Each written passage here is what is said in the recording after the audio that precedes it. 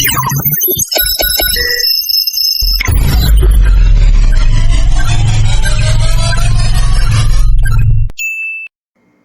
साथीहरू, दर्शन नमस्ते है।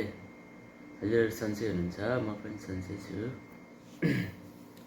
के अरे हामीले अस्ति पार्ट 1 जस्तै हेरिसकेको छौँ। त्यो गार्डनमा चाहिँ कसरी काम गर्ने, हामीले कसरी पाइपहरू ढालेको छौँ, त्यो इन्टिग्रेसन, त्यो वाटरहरूको कसरी पाइपहरू हालेको छौँ, अनि त्यसपछि लाइनहरूको इलेक्ट्रिक पाइपहरू, प्लम्बर पाइपहरू कसरी गरेको छौँ, त्यो अस्ति मैले सानो पार्टमा देखाइसकेको थिएँ। त्यसको चाहिँ पार्ट 2 है। यो चाहिँ पार्ट 2 मैले बनाएको छु। यसलाई पार्ट 2 मान्नु होला। हामीले के गऱ्यौँ, अब के हुन बाँकी छ भनेर म हजुरहरूलाई हल्का छोटकरी रूपमा म बताउँछु है। त्यसको मैले भिडियो अब म त्यो पोस्ट गर्दैछु।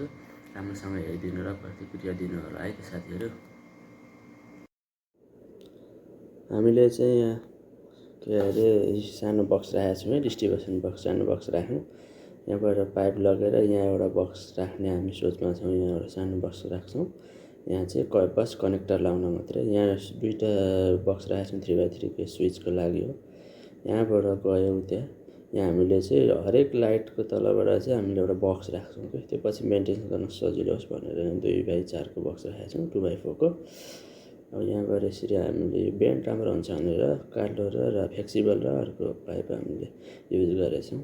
यहाँ चाहिँ बन्छ है, यहाँ पछि बन्छ। यहाँ गार्डन बन्ने है। यहाँ 2 स्टेप 3 स्टेपको गार्डन बन्छ। यो पनि हजुरहरूलाई म भिडियो हालि नै हाल्छु। यो पनि लाइटको पोइन्ट है। यहाँबाट चाहिँ हामीले यसबाट चाहिँ हामी यो डिस्ट्रिब्युसन बक्सबाट चाहिँ हामीले बाहिर हाम्रो गार्डनको लागि चाहिँ पावर लाँदैछौँ है।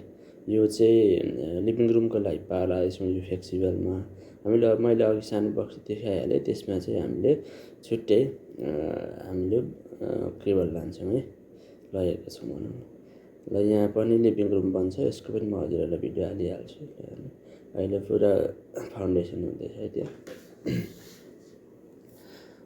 फाउन्डेसनको काम भइरहेको छ।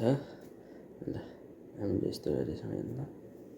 यहाँबाट यहाँ दिउँ, यहाँ गार्डन आउँछ। यहाँ पनि लाइटको पोइन्ट छ। हामीले काटेर हेर्नु त ग्राइन्डर गरेर माथि पुर्याएका छौँ हामीले। ल हेर्नुहोस्, यहाँ पनि गार्डन छ है। यो पनि गार्डन हो। यहाँ गएर चाहिँ ल हामीले त्यहाँ हेर्नु त 3x3 को बक्स देखाएँ 3-4वटा। त्यहाँ पनि स्विच आउँछ। त्यसले आउटडोर लिभिङ साइड बन्छ क्या, लिभिङ एरिया बन्छ त्यहाँनिर है। त्यहाँनिर म यो गएको